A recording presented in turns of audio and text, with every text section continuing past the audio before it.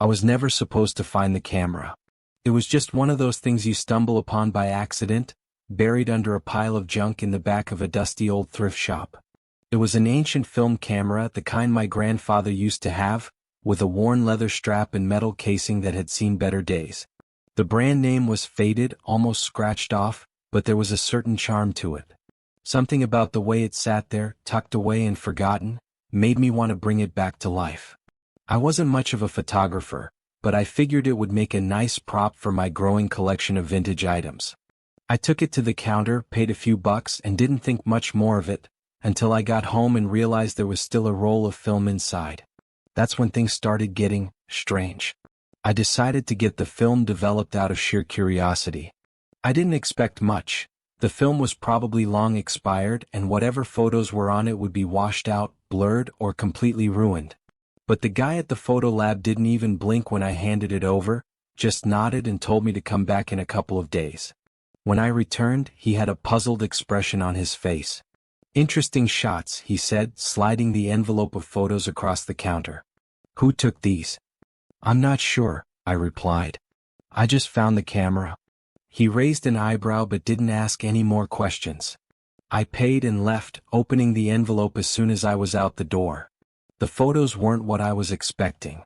There were about 20 in total, but they were all dark, underexposed, and grainy. I had to squint to make out the details, but even then they didn't make sense. They were all pictures of people. Men, women, children, some young, some old. The faces were always out of focus, blurred like someone had moved the camera at the last moment, but their eyes were the only things in focus, and they all seemed to be looking directly at the lens, directly at me. Some were wide with fear, others were empty, hollow. A few looked almost desperate, as if they were begging for something. But the most unsettling part was the background. Every picture was taken in the same place, a room that seemed to stretch endlessly, with peeling wallpaper and a bare wooden floor. There were no windows, no doors, just that same endless room. I flipped through the photos again, feeling a chill run down my spine. How did someone take these? And why were they all so disturbing? I tried to forget about it. I shoved the photos back in the envelope and pushed it to the back of a drawer, telling myself I was being paranoid. But that night I had a nightmare. I was standing in a dark, endless room just like in the photos.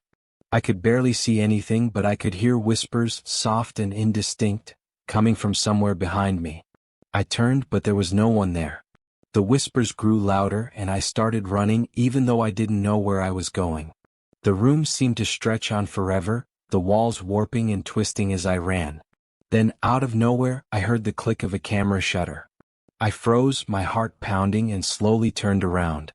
There, at the far end of the room, was a figure holding a camera, its face hidden in shadow. The camera flashed and everything went white. I woke up in a cold sweat, the sound of the shutter echoing in my head. It was just a dream, I told myself. But when I got up to get a drink of water, I noticed something odd. The camera was no longer where I'd left it.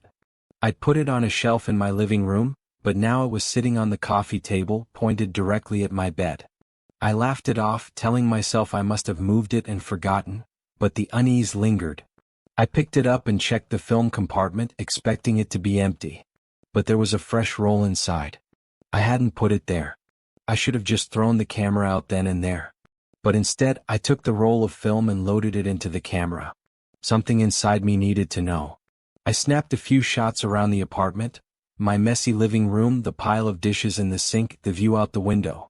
Then I set the camera down and tried to forget about it. A few days later, I went back to the photo lab.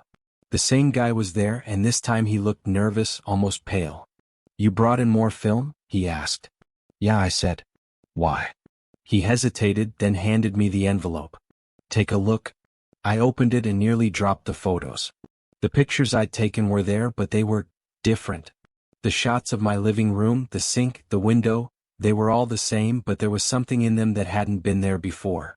In every picture, there was a figure standing just out of focus, partially obscured by shadows. I couldn't make out any details, but I could see the outline of a head, a shoulder, a hand.